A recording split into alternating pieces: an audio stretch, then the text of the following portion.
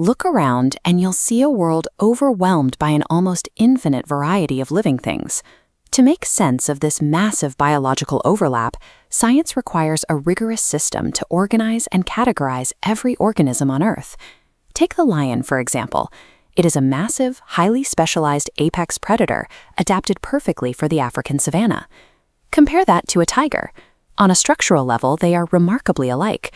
Both are large cats with heavy musculature and nearly identical hunting adaptations.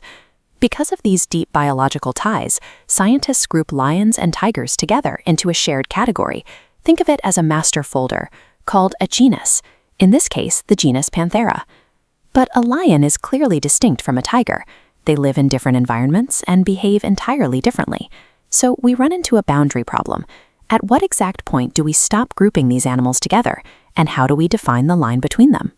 The answer lies at the absolute lowest rung of biological classification. We separate them by defining their exact species, the smallest, most specific unit in taxonomy. By scientific definition, a species is a group of closely related organisms that possess fundamental similarities and, crucially, are capable of interbreeding. This boundary is built on 4 distinct pillars. The first 2 are morphological similarity, meaning the organisms physically look alike, and genetic similarity, meaning their DNA and genes are closely related. The third pillar is an evolutionary relationship. Members of the same species share a distinct common ancestor in their evolutionary past. The fourth and most rigid dividing line is reproductive similarity. To belong to the same species, members must be able to reproduce among themselves and produce fertile offspring. Apply these pillars to our big cats and the boundary solidifies.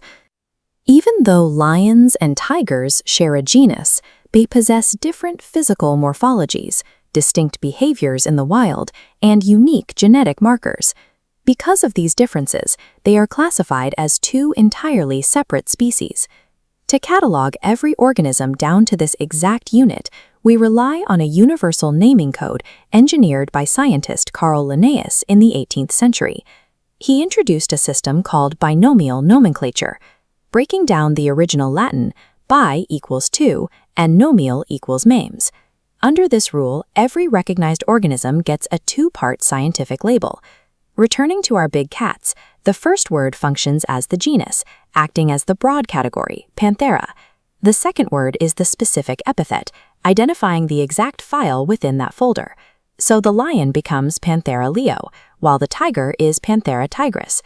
This naming code applies across all kingdoms of life. Take the common potato. Its scientific name is Solanum tuberosum. If we look at an eggplant, or brinjal, we find its name is Solanum melangina. They share the broad Solanum genus, but the completely different species epithets instantly tell us they are distinct plants. Writing these names requires strict adherence to scientific rules. The genus starts with a capital letter, the species with a small letter. When printed, the name must be italicized. If handwritten, underline each word separately.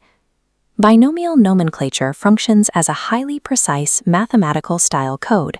It strips away confusing regional nicknames and provides a universal standard that reveals the biological relationships between any organisms on Earth. Human beings are plotted on this exact same biological map. We belong to the genus Homo, and our specific species identifier is sapiens, a term that translates directly to wise or intelligent. Pinning down these exact species boundaries is a vital foundation for modern science. Accurately identifying an organism is the absolute first requirement to conduct biodiversity studies, manage agricultural crops, synthesize new medicines, and execute conservation biology.